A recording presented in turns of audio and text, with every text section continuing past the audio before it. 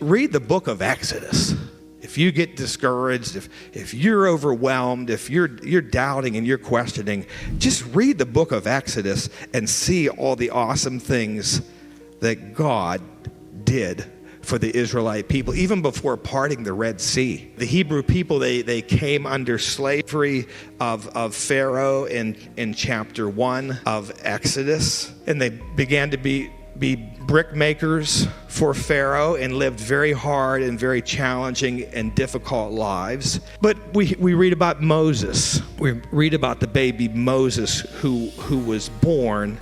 And then Pharaoh's daughter went down to the Nile to bathe, and her attendants were walking along the river. She saw the basket among the reeds and sent her slave girl to get it. She opened it and saw a baby, and she named him Moses, saying, I drew him out of water. That's just so in the face of Pharaoh, who's going against God's people. But these are just some of the miracles that we read about that God does, and we haven't even gotten to the part of the Red Sea yet. Some of the amazing miracles that God did. Of course, we have many, many miracles that God does. We have the 10 plagues, water turned to blood, plagues of frogs, plagues of gnats, plagues of flies, plagues of livestock, plagues of boils, plagues of hail, plagues of locusts, plagues of darkness, death of the firstborn. There's the pillar of cloud and fire that lead and guide the people of God on their journey. And of course, the parting of the Red Sea. How beautiful is that? And then on their journey to the promised land, the provision of manna and quail. The people got hangry.